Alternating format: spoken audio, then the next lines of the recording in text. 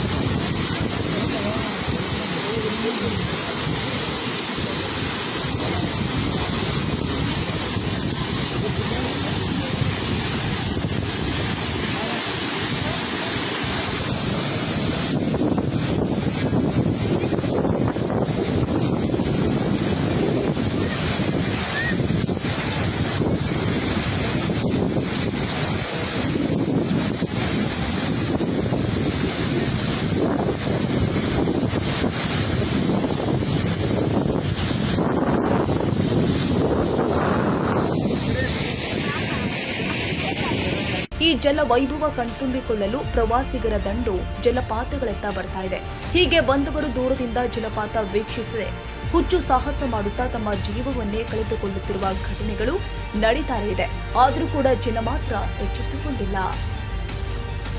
ತಾಜಾ ಸುದ್ದಿಗಾಗಿ ಟಿವಿ24 ನ್ಯೂಸ್ಗೆ ಸಬ್ಸ್ಕ್ರೈಬ್ ಮಾಡಿ ಮತ್ತು ಬೆಲ್ ಐಕಾನ್ ಒತ್ತಿ ತಪ್ಪದೇ ಲಿಂಕ್ ಶೇರ್ ಮಾಡಿ.